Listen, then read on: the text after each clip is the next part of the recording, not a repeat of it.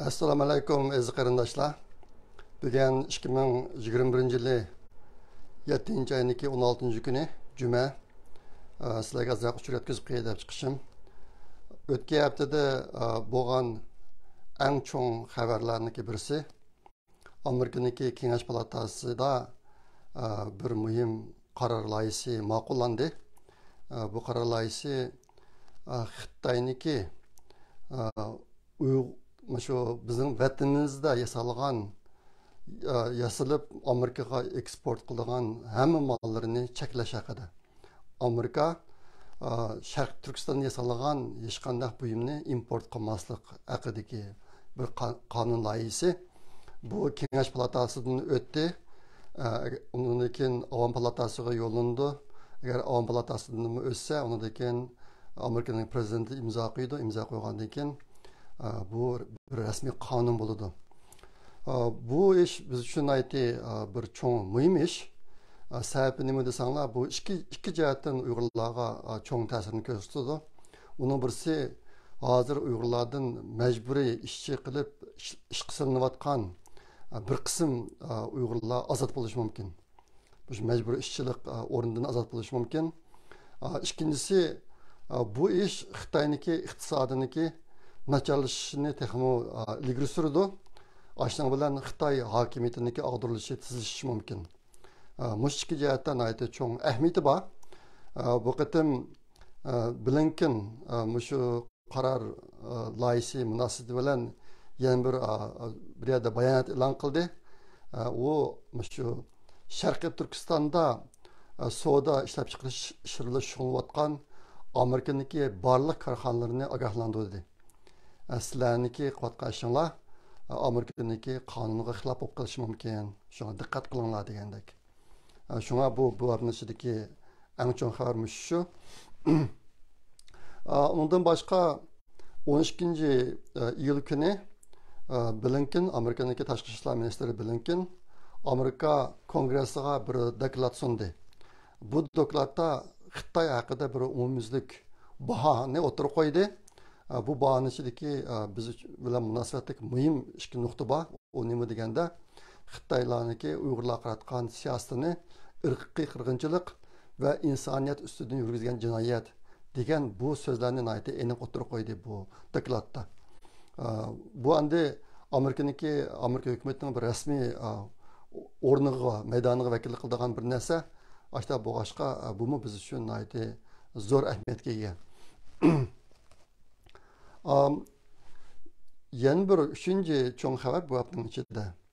Amerika'nınki Biden hükümeti 6. aylarda bir yeni komitetini vücutga keltirgan. Bu nima komitet desanlar? Amerika'nınki devlet sun'iy aql tadqiqoti haqidagi bir alayda qo'shin task force Açtaq bir nasını vücut keltirgan. Bundanki 21 a'zosi bor. Bu narsani asosan nima uchun qildi desanglar, hozir Amerikaniki ko'z qarshida Xitoy sun'iy aql iqtidori jihatda yoki mashina odam iqtidori jihatda dunyoniki oldiga o'tib ketdi. Bu jihatdagi bundan keyin texmo kuchayib bu jihatda Amerika'dan köp ilgilab ketişinki oldini olish. Xitoyniki sun'iy aql iqtidori jihatdagi yukselishini to'sish haqida o'tirib chiqqan bir komitet bu. Buningki 21 a'zosi bor. Aslida bu ish nayti bir Xitoyga qarshi Xitoyni cheklash yo'lida ilingan bir nayti muhim qadam bo'lib ilindi. Bu hisoblandi. Lekin adamni sal hayron qoldirgan yeri buningga a'zo 21 odam ichida bir Xitoy bor. Li Feifi degan bir Xitoy. Bu Xitoy bu ayol. Bu Xitoy aslida Xitoydagi shu sun'iy aql iqtidori jihatdagi eng nupuzli odami Xitoyniki burun. Burun o'sha bir odami keyin Xitoylar buni Amerikaga mangdigan. Amerikaga mangdigandan keyin bu dastlabda Google'da işleyen, Google'nınki bir çoğun əməldarı bulup, sun'iy aql sahasida. Undan keyin Twitterga chiqib u yerda ishlagan. Bu qatim Amerika ma bir Xitoyga qarshi komitetning ichiga bu ayolni kirib qo'ydi. Mushu sohadagi ishlar meni intayin echindirdi. Hozir mushu g'arb elləriniki Xitoyga taqobil turishida eng ojiz kelayotgan bir nuqta Xitoyni tushunmasligi. Bundaq adamlar hargiz Amerika uchun xizmat qilmaydi. Biz bundan bilamiz, Uyg'urlar bundan bilamiz buni. Bundaq adamlar zodi har qanday vaqtda asos jihatdan Xitoyning manfaatini birinchi o'ringa qo'yadi. Mushu jihatga ishlarni Amerika va g'arbdagi boshqa ellar tushunmay ketyapti. Bu qatorda mushunaq bir yaxshi ishni boshlab, buni ichiga bir Xitoyni tiqib qo'yishi, mushunaq bir cho'ng o'rinda turadigan Xitoyni tiqib qo'yishi odamni intayin ajablantirdi. Hozirgi Amerika hukumatiniki shu Xitoyga qarshi gap so'z qilish jihatda kishini xushal qiladigan ishlar pek ko'p. Lekin amaliy ishga kelgan chog'da qilgan gapini sevishtirgan chog'da amaliy ishi qilgan gapining ondan birisi tan kelmaydigan ahvollar ko'p. Mana shuning bir misoli. Aslida Xitoyga taqobil turishniki intayin bir yaxshi tadbir edi. Buning ichiga Xitoyniki mushtaq intayin muhim bir axborot xodimini tiqib qo'yishi odamni intayin ajablantirdi, umidsizlantirdi. Dunyodagi ellarniki boshqa ellarniki mahbetligini o'g'irlashga taktikasi o'xshamaydi. G'arb ellari pulga tayindi. Boshqadagi odamlarni, josuslarni pulga sotib olib, ishga soladi. Rossiya bo'lsa josuslik organiga tayindi. KGB'ga o'xshash, burungi Sovet Ittifoqining KGB'siga o'xshash. Bular maxsus josus o'rniga tayindi. Ammo Xitoy umumiy xalq tayindi. Xitoy boylarning hammasida shu Xitoyniki bir qismi chuqum Xitoy davlati uchun o'zi ishlayotgan shirkatniki organiki mahbetligini o'g'irlaydi bular. Bularni Xitoy avatidi. Mush bir narsani dunyo tushunmay ketyapti g'arb ellari. Toki bugungi kunga qadar. Shu sababdan Xitoyning taraqqiyoti bek tez bo'lyapti o'g'irlash bilan. Buni xalqaro tunib yetdi Xitoyning o'g'irlaydiganligini. Ammo qanday o'g'irlaydiganligini texnikchilik tunib yetmayapti. Bu jihatda mana yangidan chiqqan, o'tgan hafta chiqqan ish bu jihatda Xitoyga yenilamkin mushtaq bir fursatni yaratib turibdi. Bunda ahvol bek ig'ir. Xitoy boylarning hammasida Şatanın nasiri Xitoyga o'g'irlashga ketyapti. Bu ahvol bek ig'ir, odamni bek ko'ngli yerim qildi. Men o'ylayman, oxirgi nuqtada g'arb ellari, Amerika va g'arb ellari mush bir ishni tushunmagichilik Xitoyniki o'g'irligini to'sib qololmaydi. Bu davomlashaverdi. Ma bir ahvoldimi odamni bek ichindiradigan bir ahvol bo'ldi. Bu haftadaki 4. bir cho'ng xabar 8 iyul kuni Xitoy Tashqi ishlar ministri Wang Yi bilan Yevropa Birligi'niki tashqi ishlar va bexatarlik siyosatidagi oliy darajalik vakili Joseph Borrell degan kishi ikkisi ko'rishib suhbat o'tkazib ekan. Bu suhbatdan keyin Wang Yi Xitoylarniki to'rbetida bu qatorliq suhbatniki mazmuni haqida bir intayin tafsili bayonot e'lon qildi. Agar bu bayonotni ko'radigan bo'lsanglar ishonmaysizlar. Odam ishonmaydi. Bunda qandaqdir Yevropa Birligining Xitoyga intayin yuqori darajada mayliq ko'rsatganligi, Uyg'ur masalasi, Hong Kong masalasi, Tayvan masalasi, savdo masalalari qatorliq nurg'un ishlarda shunchalik mayliq ko'rsatganligi hamkorlashadiganligini o'tirib qo'ygan. Lekin buni ko'rgan Yevropa Birligi bunga intayin qattiq norozilik bildirib, bu bayonotda o'tirib qo'yilgan narsalar to'g'ri emas. Biz unday gaplarni deyishmadik. Bizniki maydonimiz mundoq. Uyg'urlar masalasidagi maydonimiz mundoq, Tayvan, Hong Kong masalasidagi maydonimiz mundoq, iqtisodiyotdagi maydonimiz mundoq deb Xitoyniki yuziga intayin qattiq shaplaqdan birini qo'yib urdi. Bu bir ish yaqinda Xitoyning yuziga shaplaqlar urdigan ishlar aqaqadan bo'yatdi. Mana shular ichidagi eng qattiqroq birisi endi. Nihoyat sharmanda bo'ldi Xitoylar. Endi yamayri bo'la bunda ishni to'xtatmay bo'yatdi, davomliq mustaq yolg'onchilik qilib dunyoni ko'zini bo'yaydigan ishlarni o'tirg'i sepmayapti. Bir qancha kunning oldida shu Uyg'ur masalasi ustida nihoyat kuchli darajada faoliyat olib borayotgan bir Germanlık kişiden bana bir uçur geldi. O kişi Xitay'niki Tashqi ishlar ministri bayonotchisi Hua Chunying'niki gapini o'tibdi bana. Hua Chunying nima debdi desanglar, G'arb Amerika va G'arb elleriniki Uyg'ur masalasida Xitoyni ayblashiniki hech qanday asosi yo'q. Kishilik huquqini qo'llash jihatda oltin medalni, dunyo oltin medalni Jungoga berish kerak deb boshqa gapni debdi. Kishilik huquqini qo'llash masalasida dunyo oltin medalni Xitoyga berish kerak deb. Aşağı deptiken bu ayal mağmaş öğretip erken manasını gördüm ama şermendisini gördüm ama ben nindi işini bilemeye kaldım dep şu anda bana. Degende ben dedim aynı vakitte bunun 20-30 yıllar burun bir Uygur ziyalisi mundaq degen. Dünyadaki canlılık mahluklarını üç türe ayırış gerek.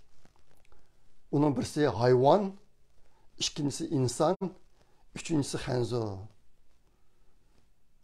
Hazır sen muş gapniki mensini tushunishga qilib ketyapsan, bir kun tushunib qolasan deb aşağı deb qo'ydim, boshqa gap qilmadim. Chiqilib Xitoyniki sharmandaligiligi dunyoda hozir tez surat bilan oshkorlanib ketyapti. Bu biz uchun bir yaxshi ish. Xitoyning dardini bek tatib ketdik.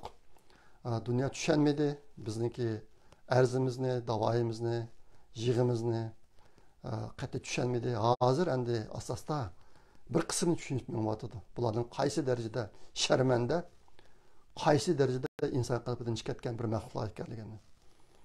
Maishtadimi ashta bir ish bo'ldi. Xitoy bir shapaloq yedi shuni bo'ldi.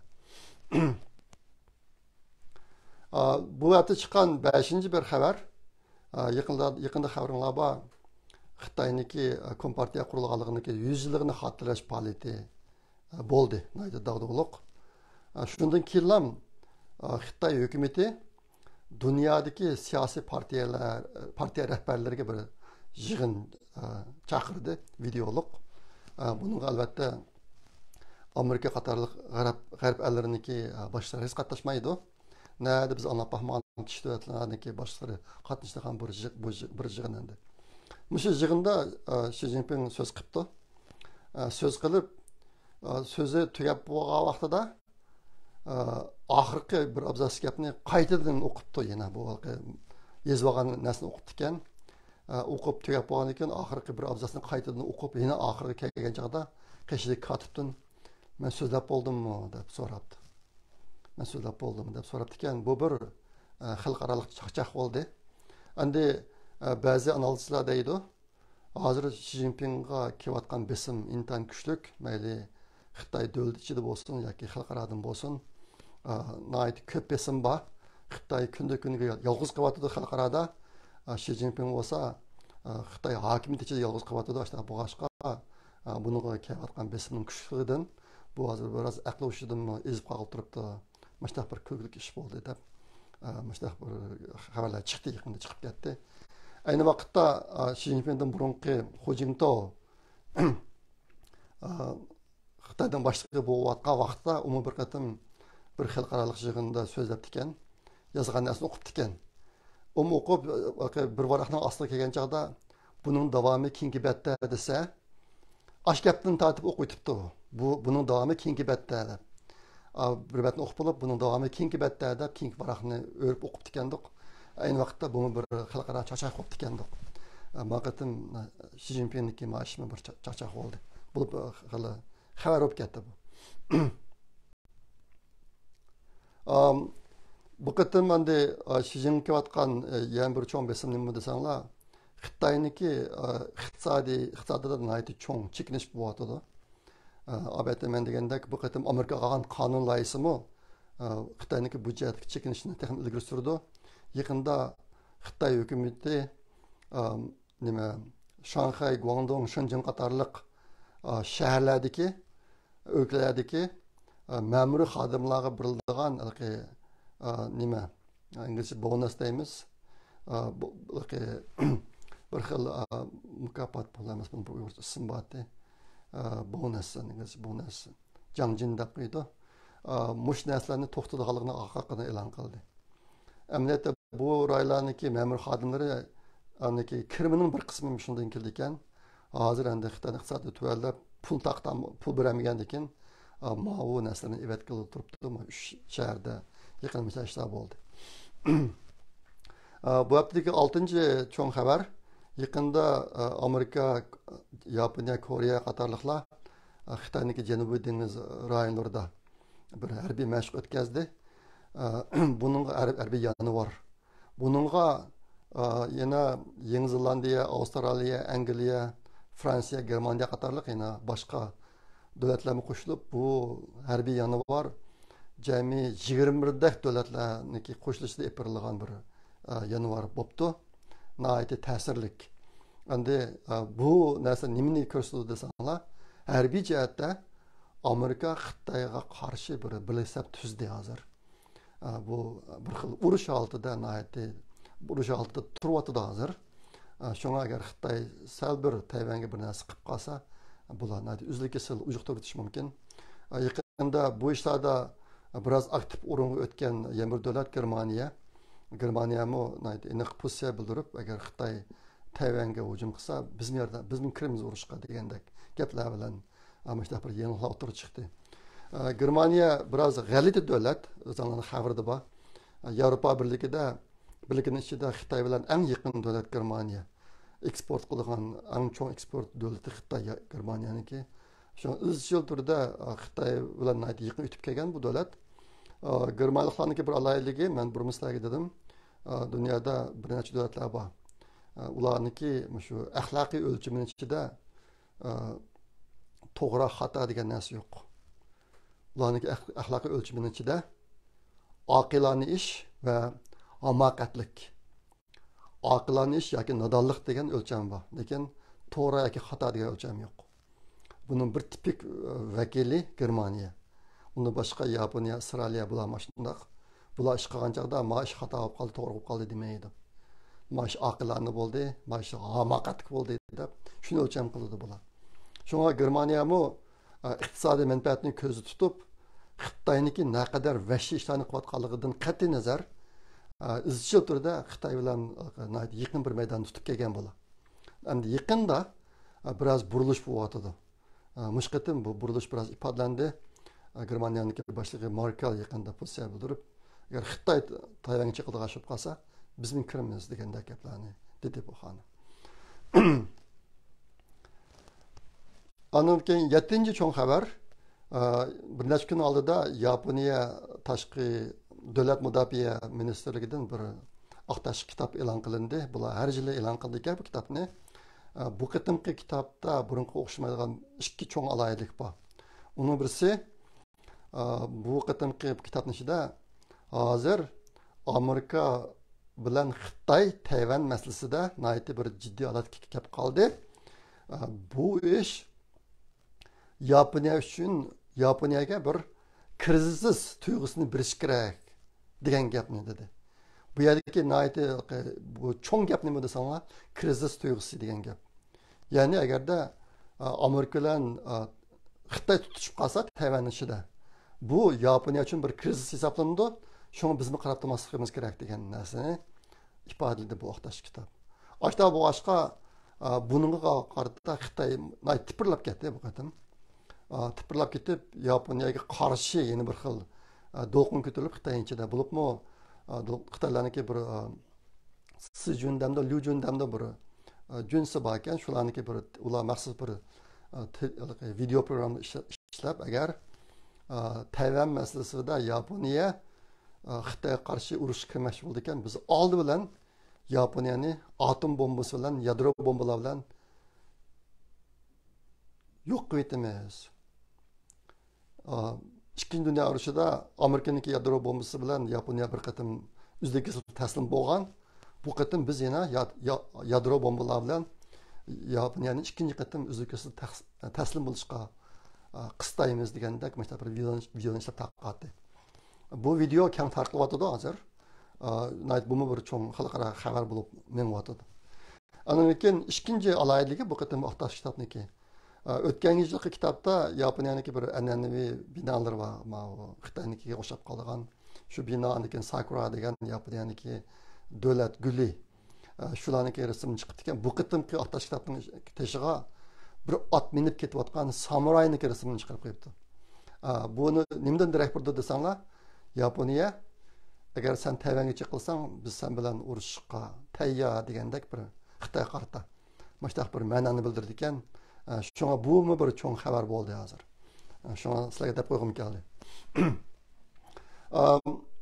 8-ci cho'ng xabar o'tgan yakshanba kuni Amerikada bir cho'ng yig'in bo'ldi. Bu yig'inning ismi konservatorlarniki siyosiy harakat konferensi deb ataladi ekan. Conservative Political Action Conference deb. CPAC deydi qisqartib. Bu yig'inga sobiq prezident Trump berib qatnashdi. U manzilni ko'rsanglar intayin ta'sirlik. Necha o'n ming'an odam o'rnidan turib cho'qchilab shuar to'lab Trump yig'in zaliga kirgan vaqtida ajoyib bir ko'rinishda bo'lib ketdi. Ondan keyin bir necha dana kino artisti var, masalan Mel Gibson, Braveheart degan Botur qalb degan kinoniki bosh rolni olgan u odam rasmiy mundaq qilib Trumpga nima salom bergan ko'rinishlardan chiqdi. Andaki bu yig'indagi bo'lgan bir ishi shu yig'in qatnashganlarni 2024-yili prezidentlik saylamiga qatnashishga kimlarni saylaysizlar deb boshqa bir tekshirish olib berilibdi ekan bu qatim. Ray sinash olib berilsa Trump 70% biletga erishibdi. Ondan keyin hozir Trump 2024-yili agar saylamga qatnashib qolsa, o'ziga muavin prezident qildiganga Florida shtatiniki shtat boshlig'ini tanlab kelayotgan. Bundan so'ng xabarlarda bor, o'tgan bir qatim dedim. Amerikada prezident bilan muavin prezident bo'lgan odam bir shtatdan chiqsa bo'lmaydi ekan. Shunga hozir shu 2024-yilning tayyorligi bilan Floridaniki shtat boshlig'ini o'ziga muavin rais qildigan bo'lg'achqa Trump Floridadan ko'chib ketganga ko'chib bo'ldi deyman hozir. New Jersey degan shtatga ko'chib ketmoqchi bo'lib qolgan. Shunga bu qatimki raisnashda Trump 70% bilan erishibdi. Floridaniki shtat boshlig'i 21% erishibdi. Ondan keyin Pompeo qatorliq bir qism odamlar 1%dan bilan erishibdi. Sobiq muavin prezident Pence bo'lsa 1 bilan erishmabdi. Shunga o'tganki saylovda Pence'ning tutgan yo'liga Amerikadagi konservatorlar intayin qattiq norozi ekan degan mashta bir narsa ma'lum bo'ldi bu qatimki raisnashdan. 9-ci xabar endi boshqaroq tarafga ko'chaman. Amerikada bir odam bor. Virgin Galactic degan shirkatni qurgan. Bu SpaceX'ga o'xshash koinotga odam chiqarib sayohat olib boradigan ishlarni qilmoqchi bo'lgan bir shirkat 2004-yilda qurilgan. Virgin Galactic degan. Bu shirkatning quruvchisi Branson degan kishi o'tgan hafta o'zlari yasagan bir alayda aeroplan bilan olam bo'shligiga chiqib tushdi. Yine 6 dak boshqa xodimlarla birga. Shirkatniki birinchi qo'l boshlig'i o'zi chiqib keldi. Bu odamniki yashi xil cho'ng, yashi bor, men yozmay qolibman. 70 yoshga kiribdi. 70 yoshga kirgan milliard dollarlik odam endi. Biz millioner degani bilamiz. Billionaire degani nima desak bo'ladi-ku, men uyg'ursini qoldim. Ashta bir odam 70 yoshga kirgan odam olam boshlig'iga chiqib kirdi. Bu aeroplan jami 85 kilometr egizlikka chiqibdi. Sizlarning xabaringlarda bor, men burun deb kelyapman. 80 kilometrgachilik oraliqda atmosfera bor, havo bor. 80 kilometrning ustiga chiqsak havo yo'q. Shu havo yo'q haqiqiy bo'shliqqa berib, u yerda jami o'ziniki eg'irligini yo'qotgan holatda 5 minut turibdi. Jami 5 minut o'zini yo'qotgan holatda turib, undan keyin sog' salomat qaytib tushdi. Bu bir cho'ng xabar bo'lib ketdi. Endi o'ziniki eg'irligini yo'qotib turish degan bir alayda ish. Ehtimal bir qisminglar buni qilib boqqan bo'lishinglar mumkin.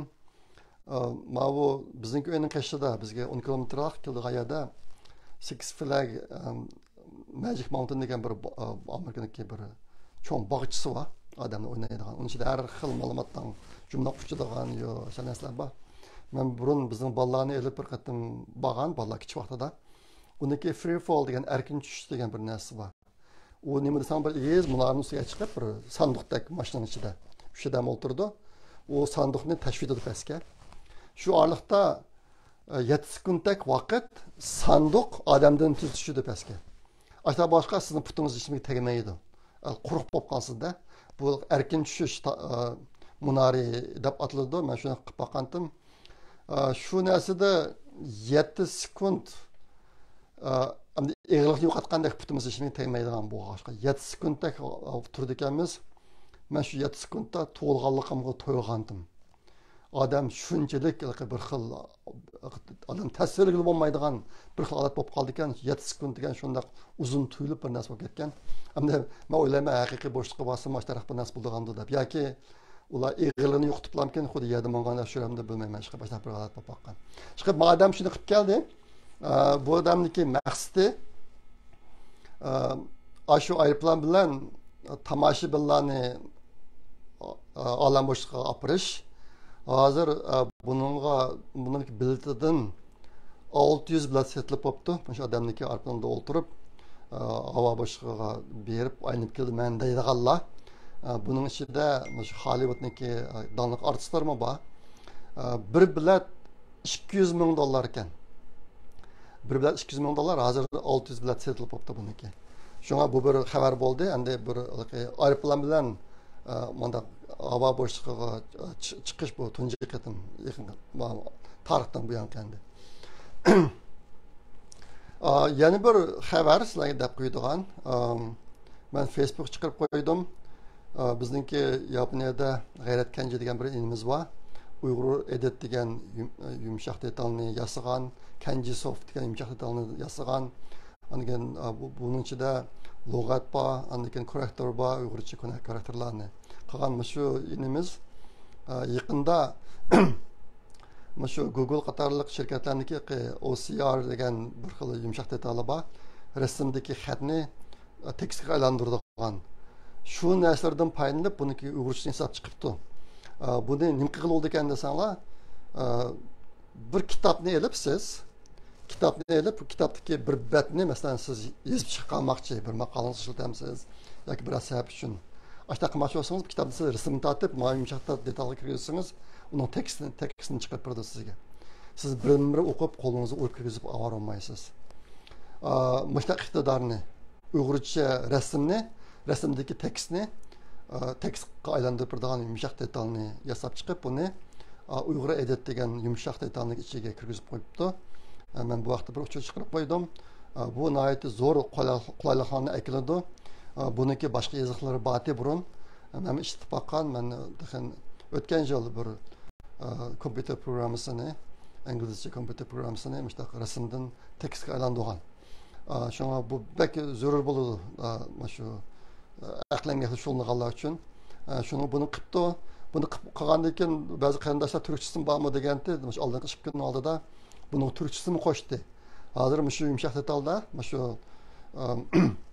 G'ayrat Kenji inimiz qilgan yumshoq detalda siz Uyg'ur arabcha, Uyg'ur latincha, Slaviya yozig'i, andan keyin yaponcha, inglizcha, xitoycha Muşların hamısını, rasmni tekstga aylantira olasiz. İnternet qulaylik ishlatishida asan. Men buniki tafsil uchurlarini Facebook chiqarib qo'ydim, qadam bosqichlarini. Shu yerdan ko'rib olsangiz bo'ladi. Uni tilim.org degan tor betig'im chiqarib qo'ydik. Shu yumshoq detalni qanday tushirib, qanday ishlatishni. Shunga shu yerdan tep olsangiz bo'ladi, foydalaninglar. Yana bir xabar sizlarga necha oyning oldida, 20 yillardek vaqtning oldida shu bizning vatanimizda hozir amal tutayotgan barliq amaldorlarniki ism tizimligini qurib chiqib saqlab olgan biz buni yaqinda Uyg'ur axborot markaziniki tor betiga chiqarib qo'ydik. Hamda men uni Twitterda inglizcha e'lon qilib qo'ydim. Yaqin kelgusida shu Xitoyda Uyg'urlar ustidan irqiy qirg'inchilik qilib bo'lgan va insoniyatga qarshi jinoyat o'tkazgan kishilarni jazoga tortadigan vaqtida mush tizimlikdan foydalansak bo'ladi deb bir narsa yozib chiqarib qo'ydim Twitterga. Agar bu narsalar lozim bo'lib qolsa, bu Uyg'ur axborot markaziniki inglizcha tor betida bor. Shu yerdan xohlagancha tushirib ishlatsanlar bo'ladi.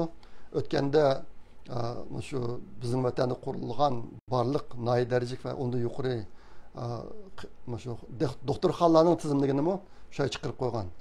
Hozir bunga ma'lum qo'shdik. Bu sohadagi boshqa ishlar bor ishlanayotgan. Men undan keyin putgan chog'da deyman sizlarga. Ya'ni qilinyotdi. Endi yana bir tema, mesela o'tgan haftada Xitoy Markaziy partiya maktabiniki professori, sobiq professori Saysha degan bir ayolniki Xitoy hukumatining yaqinda ag'darilib ketganligi haqidagi 8 sababini sizlarga deb bergandim. Buningga qarshi fikrlarmi bor? Siyosiy analizlar ichida men bilgan uniki qarshisini sizlarga deb qo'yay. Bunun sababi qandaqdir sizlarniki ro'yxatlarni tushirish, irodalarni bushirish emas. Meniki maqsadim uning aksi. Uyg'urlarda bir gap bor, palg'a shenma, palsizmi qolma degan. Ma'u ashlaq narsalar. Bu yerda o'tirg'i qilayotgan ishlarning hammasi farazlar. Cho'qim shunday bo'ladi degan gap yo'q. Shunga biz har ikki tarafniki ko'z qarashidan xabardor bo'lganimiz yaxshi. Ashta xabardor bo'lsak, texnik yaxshiroq yashay olamiz. Bu yerda men texnik yaxshiroq yashay olamiz degan deyishimda biz o'zimizning umrni qanday o'tkazamiz?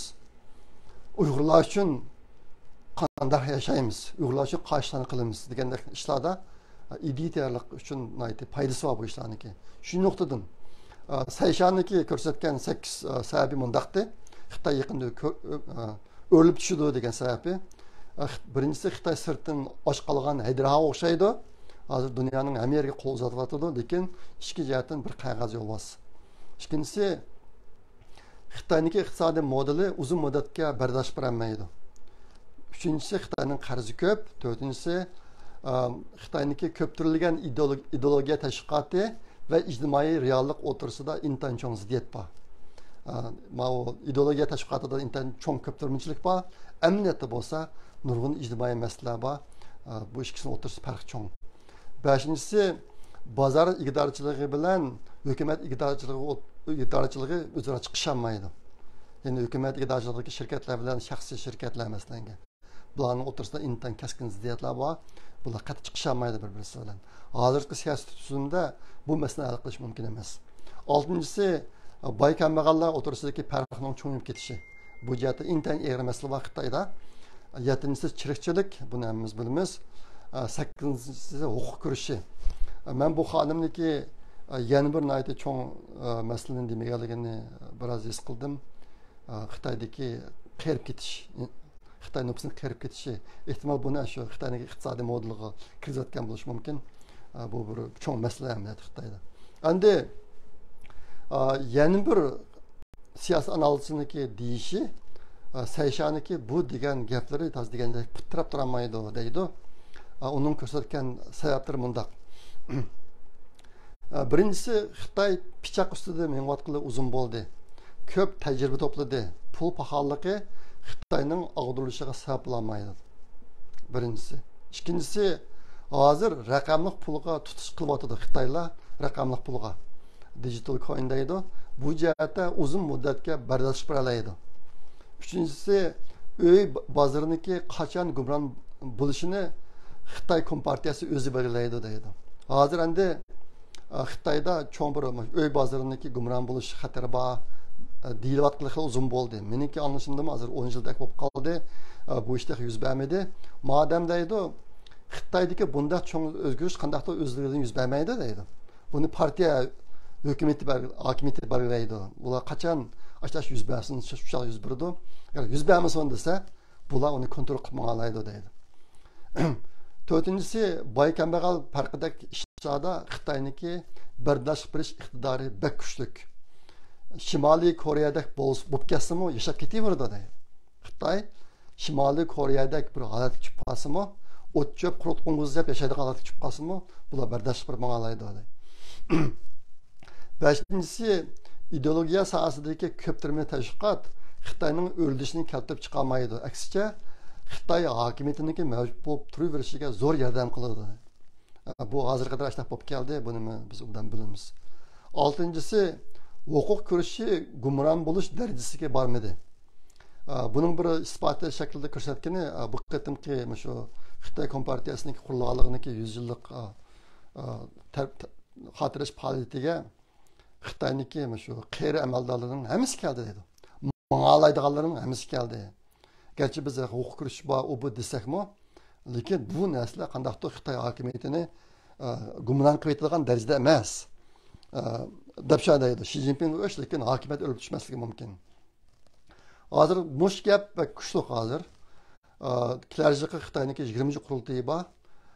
Xi Jinping shu qurultayda mangulik boshliq bo'lib turaverishga tirishyapti hozir. Nurg'ishlarni qilyapti bu sohada.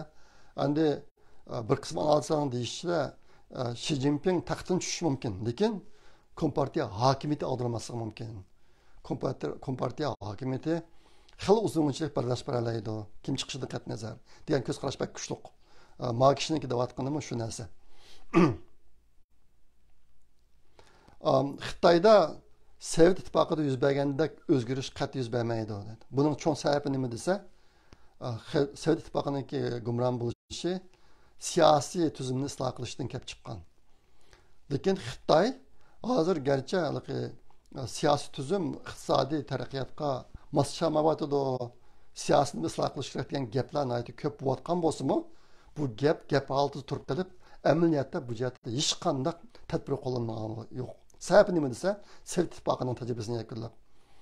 Shunga Sovet ittifoqida bo'lgan ish Xitoyda yuz berishi mumkin emas deydi bir odam.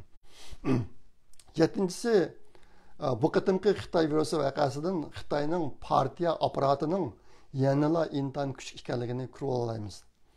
Xabarlarda bor Xitoy hokimiyati shu virus ishida xalqni yana intayin qattiq kontrol qila oladi. Vahshiy kontrol qildi. Shunchalik bu qolgan shu Xitoy fuqarolarini inson qatoridan ko'may, ishlarini sirtidan xalq qilib deymiz biz. Shu qo'g'ishindek narsa bilan qattirib etib, uy uslab qo'yib, oilani o'ldirib boshqa qismi Xitoy xalqi qo'zg'almadi. Shu bu jihatda Xitoy kompartiyasiniki kuchi kuchli deydi. Xitoyniki jamiyatni qo'zg'ash kuchi yanada intan kuchli. Xitoyda Xitoy kompartiya hokimiyatiga taqobil tura olgandek biror siyosiy kuch yo'q deydi. Biror qarshi ko'rsatiladigan siyosiy kuch yo'q deydi. 8-si Xitoy tarixiy saboqni yakunlash va kelgusi uchun xizmat qildirishga bek qodir. Buni hammamiz bilamiz. Xitoyniki shu 2000-yildan ko'na kitoblari bakchiq. Buning hammasida insonni qanday idora qilish haqidagi tajribalar yozilgan nurg'unlarda. Boshqa bular to'xtamay tarixni tadqiq qilib, shu orqali bugungi kundagi masalalarni hal qilib, xalqaro sirq dunyodagi qarshilikqa taqobil turib mengyotdi bular. Ammo odam deyotgani Xitoy bu jihatda bak yomon deydi. Tarixni bugungi uchun xizmat qildirish jihatda deydi. Shunga shu sababdan Xitoy siyosiy islohot yo'lini tutmaydi. 9-si hozir Xitoy kuchlik, Amerika qatorliq g'arb ellarimi oson tartiblamaydi Xitoyni. Xitoy fuqarolari hech qanday qarshi kuch bo'la olmaydi. Xitoy fuqarolaridan bu Xitoy hokimiyatini ag'dirib o'tadigan biror umidni kutish hozir mumkin emas. 10-si buni abaytimda dedim, huquq ko'rishi jihatda kelar yildagi 20-qurultayda biz bir o'zgarish bo'ldi deydi huquq ko'rishida. Xi Jinping tushib ketishi mumkin, lekin hokimiyat o'lib tushmaydi deydi. Mao Xitoyniki ko'rsatgan 10 sababimiz shu. Abaytiman degandek, bu qada palg'ishanma, palsizmi qolma degan narsa. Buni bir foydalanish materiali sababi taraqqisida o'nlab qo'ysak bo'ladi. Endi vatandan kelgan uchurlar, yaqinda yana ba'zi uchurlar keldi. Bu uchurlarning ichida biz uchun nima deymiz, bizni xushal qiladigan narsa asosiy jihati yo'q. Hozir Xitoy saxta tashviqotga bak kuchayotdi. Dunyoning ko'zini aldash uchun shu san'at, naqsh, usul nasriga bak kuchayotdi bular. Yangi numurlarni o'tirib chiqarib, shu nuqtadan Uyg'urlarga ancha dopamni kaydirib, atlas kunahni kaydirib degandek. Lekin amniy ahvol yana intayin ichinishliq bu saxta tashviqot jihatdagi bularning yangi tadbirlarini ehtimol bu Uyg'ur axborot markaziniki seshanba kunidagi programmasini ko'rganlar uqdinglar. Burun chet eldagi uyg'urlarniki ota onasi yoki qarindoshlarini so'zlatib tashviqot etib borgan bular yaqinda chet eldagi bir qism uyg'ur qozoq qatorliq kishilarniki ota onasi qarindoshlarini go'raga evilib agar sen bolangni yoki akangni singlingni so'zlatkizmasang seni turmuslaymiz deb endi chet eldagilarni so'zlatib videolarni ishlab chiqarib yaqinda keng ko'lamda tarqatishga tayyorlab ketibdi bular. Sizlar mushtaq videolarni ko'rsizlar yaqinda. Bu jihatda bir tartibni o'zgartdi bular. Yana bir xabar menga kelgan, yangidan keldi degan. Hozir vatanda har qaysi soch o'rinlariga samburib uyg'urlarni tutib sulayotgan ish hozirda almış o'tibdi. Bek ichinishli ekan bu ahvol. Buniki ba'zi ahvollarga xos daraja beribdi desanglar, tuanga tushirilgan kadrlar bor ekan, uyg'ur kadrlar. Ular qaytib kelsa, aydınmındılar tutib ketgan soch o'rinlari. Keyin bularni o'tgan idoralar tekshirsa, odam yo'q. Tuanga aloqalashsa, qaytib ketgan pokonni kundi degan. Lekin bular qarasa, idora kelmagan, uyim yo'q. Keyin surishtiruv qilib yurib, ba'zilarini shu aydınmındılar sochlar tutib ketib sulayotganligini bayqabdi. Bu jihatdagi ishlar pek ig'ir hozirmi. Yana bir ig'ir ahvol xabarlarda bor nurg'un uyg'urlarning uylari bekor qilib qolgan necha yil bo'ldi. Aile bo'yicha tutib turma lagerlar ushlab ketgan. Bir qism uyg'urlar chet elga chiqib ketgan. Ashun uyi qurib qolgandi. Hozir endi Xitoy hukumati Sharq Turkistonga nurg'un muhtojlarni yetkazib opirib, shu uylarni bekor turib qolgan uylarning qulplarini chiqib, ularni Xitoylarga berishga boshlabdi. Bu bir ahvol. Ikkinchisi, bir qism Xitoylarni chet elga chiqarib, chet eldagi uyg'urlar bilan aloqa qilishib, shu vatanda uyva uyg'urlar bilan bu uyingni manch puliga bog'ladi hukumat.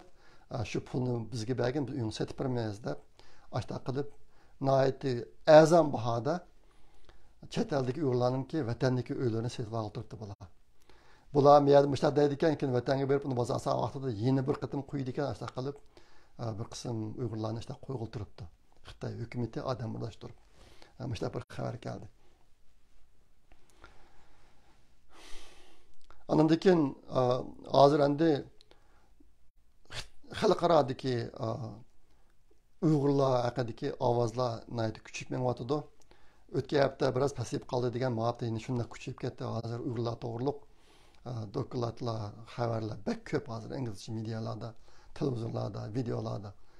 Lekin Xitoy qandaqdi bu uyg'urlar ahvolini biroz yaxshilayli demay, abaytaman degandek. Buning aksicha yana uchur kontrol qilish, isbotlarni yo'q qilish yati bek kuchayotdi. Hozir bu ishlar qaysi darajaga beribdi desanglar, shu Sharq Turkistonga boradigan har qanday odam qaysi millat bo'lishidan qat'iy nazar Xitoy bilan uyg'urlamdi. Aeroplan, poyezd, mashina hammasi bizim vatanga kirishdan burun bir chet elniki chegarasidagi yerdan o'tadi ekan. Bularning telefonlari tekshirilib, ularga bir aplikatsiyalar ekan. Bularning butun ish harakatlarini kuzatib turdiganlar. Keyin bular bizim vatandan chiqadigan vaqtida yana shu tekshirish punktidan o'tadi ekan. U chog'da telefonlardagi butun narsalarni o'chirib, telefonni xuddi bir zavoddan yangidan chiqqanda qilib qo'ydi ekan. Haliqi appni o'chirdi ekan. Bu ishlar hozir intayin muntazam holda ilib borib turibdi. Demakki, Xitoy qandaqdir uyg'urlarning ahvolini yaxshilay emas, butunlaylam burungi planini aynan ijro qilib, xalqaroga qarshi tadbir qo'llanayotdi bular.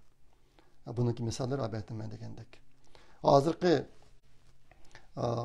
odam buni bek echinadigan ish biz biladigan Qashqar, Xotan asosan yo'qolib ketdi. Nupsi burungi nasl yo'qolib ketdi. Bu ahvol bek ig'ir hozir. Yani qolgan viloyatlar biroz yaxshiroq ekan, lekin mush ikki joy buning sababi 2017-yildan burun bu yerlardagi 95% nupsniki Uyg'ur bo'lishi, Uyg'urlarning zich joylashganligi, ikkinchisi bu Uyg'urlarning intayin taqvodor ekanligi, Xitoyga qarshi o'tirib chiqishda o'limdan qo'rqmay o'tirib chiqadiganligi, Xitoyning kontrol qila olmaganligi. Masalan, bu yerdagi Uyg'ur xalqi bizga keladigan yaxshilarning hammasi Allohdan keladi deb yashaganligi. Xitoy buni kompartiyadan keldi desa, bular digil olmaganligi bu yana bir sabab. Uchinchisi, agar Amerika Xitoy bilan tutishib qolsa, bu Uyg'urlarning hammasi qurol olib Amerika uchun xizmat qilganligi. Shu sabablar tufaylidan mush ikki viloyatni bular asosiyatni yo'q qiladi. Zaten qaysi darajada aniq bilmaymiz. Lekin mush ishga tutib akitilgan dastlabki qadamda tutib lagerga solingan Uyg'urlarning ko'pinchisi mush ikki nimadan chiqdi viloyatdan. Shu bu jet ahvollar pek og'ir. Endi yana bir narsa bor. Zade Uyg'urlar shikayati qanday bo'ladi deb. Hozir endi Xitoy bu jihatdagi tadbirlarni ashunda qo'llanib o'ziga tahdid degan Uyg'urlarning hammasini yo'q qilib mushtaq qilyotdi. Lekin biz umidsiz emasligimiz kerak. Xitoy qurolni obdan kontrol qiladi. Haqiqatan. Hozir Uyg'urlarda bir bozordan pichoq sotib olish imkoniyati yo'q darajada bo'lib ketdi. Lekin agar tarixda bo'lib o'tgan ishlarni obdan tekshirib boqadigan bo'lsanglar, qurolning ko'zi yo'q. Qurol kimning qo'liga chiqsa o'q chiqara oladi. Agar bir ish bo'lib qolsa, Xitoy hokimiyati og'diriladigan bizniki baq xalqimiz, hozir hayot turayotgan xalqimiz bilan xil ishlarni qilgan bo'ldi. Bu jihatlarda hargiz umidsiz emasligimiz kerak. Bu gapni men hozir mishil deb qo'yman. Mush tarixdagi ishlar qarab baxsana bo'ladi. Xitoy qurolniki tavachiligi yo'q. Uni kim osishi deyiladi. Shu bu jihatdagi haqiqat o'zgargani yo'q. Men buni mishil deb qo'ydim. Endi yana bir tema o'tgan hafta dedim, bu 1000 soatlik Uyg'urcha ochiq ovoz sonini qurish projekti haqida men bir safarlar qilgan. Bu chet eldagi qarindoshlarniki bunga ovoz qo'shishi bek yaxshi bo'ldi. Bo'libmi oldingi 2 oy o'sishtirgan chog'da yaqinqi 2 haftada erishgan natija yaxshiroq hozir undan natija chiqyapti. Lekin biz umid qilgandek emas. Şunu bunu davamlı küçülsek. Ben size bir narsani deb qo'shishga unutib qolibman. Mening bir tunishim bor, Amerikalik. Bu Kaliforniya universitetidagi birsida o'qiydi, doktorlik o'qiydi. Bu bizim vatanga berib bir 2 yil tug'an. Uyg'urchani biladigan yaxshi biladi. Bu yaqinda shu vatanda bo'lib ketgan ahvollarga ichinib, Uyg'urlarniki ovozini saqlab qolayli deb o'ziniki maktabiga iltimos qilib, ozroq pul qilib Uyg'urlarning ovozini Ünalığı'ya epqib saqlab qo'yadigan bir proyektni qilgan. Keyin mushuni so'zlab turadigan odamlarni tepishda men o'zimniki tunishlarni safarbar qilib yurib bir guruh tashkillab shu ishni qilyotdi ikki bola hozir. Bir chet ellik Amerikalik. Endi bu ochiq ovoz sondini Mozilla degan shirkat mushuk sharoitni yaratib turibdi. Belki nishon 1000 soatlik ovozni olishgan. Hozirgi bana tüne kelgan uçurdan qaragan chaqda 36 soatdek bo'libdi. Bo'lsa, mushunga bir kuchab qo'ygan bo'lsanglar. Men o'zim qilib baqdim ma'abda. Mushun qanchalik vaqt ketadigandu deb 4 guruhga 20 jumlani o'qib baqdim men. 4 guruhga 20 jumlani o'qish uchun 8,5 minut vaqt ketdi. 8,5 minut. Shunga agar Uyg'urlar haftasiga 1 soat din vaqt chiqarib bir necha hafta yoki bir necha oy qilib bersanglar, nayda jiqish qilyapti bo'ldi ekan. 8,5 minut o'qigan vaqtida 100 jumla o'qishga 1 soat vaqt ketmaydi ekan. Shunga buningga bir kuchab olgan bo'lsanglar, buni chet elliklar Uyg'urlarni saqlab qilish uchun qilyapti. Shunga biz davomli men Uyg'urlar uchun nima qilib qolayman deymiz. Shu ishlarniki intayin qiymati zo'r. Shunga bo'lsa buni bir kuchab qo'ysanglar, men 2 video chiqarib ishlab chiqarib qo'ydim o'zimniki YouTube kanaliga. Buni qanday qilish to'g'riliq o'rganmak intayin oson, bir qulaylik ham qiziqarli. O'zinglarning ovozini, o'zinglarning islan bir qilib boqqan bo'lsanglar. Menga Uyg'ur Project fondiga yangi proyektlar to'g'riliq to'xtamay bu narsalar kelyapti, nayt ahamiyatli. Yaqinda kelgan bir yangilik Yangisar pichoq hünerini saqlab qilish to'g'riliq bir qarindoshimiz aloqalashdi. Ular necha avlod shu kasb bilan shug'ullangan ekan. Shuning bilan Yangisar pichog'i qanchalik xatar ostida hozir deb men odam qo'yib bizniki vatanni ahvolini tekshirib baqdim. Yangisar pichog'i bor ekan hozir bozorda do'konlarda sotildi ekan. Lekin buni pichoqni elib yanchiq qilib ko'tarib ketib bo'lmay ekan. Uni elib adresini qo'yib qo'ydi ekan, adresini mandib qo'ydi ekan. Bo'libmi ishkiridan saat kelgan Xitoylar shunaqa qildi ekan endi. Lekin bu pichoqlar bor ekan. Shunaqa ben aloqalashgan qarindishimizga deb qo'ydim. Agar Uyg'ur bolalarni shu tarbiyalash mujahidlarda bir plan tuzing. Biz shuni qarab chiqaylik Uyg'ur Project fondidan deb.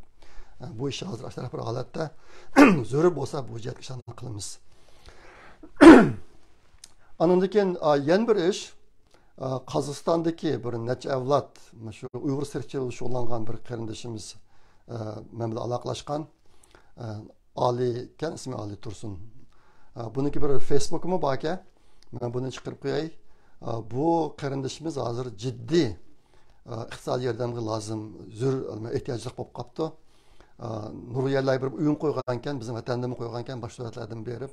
Buning ichidagi Uyg'urlarga xos bir narsa, bir tur chin tortilgan og'amchada minish. 50-100 metr 200 og'amchada minish.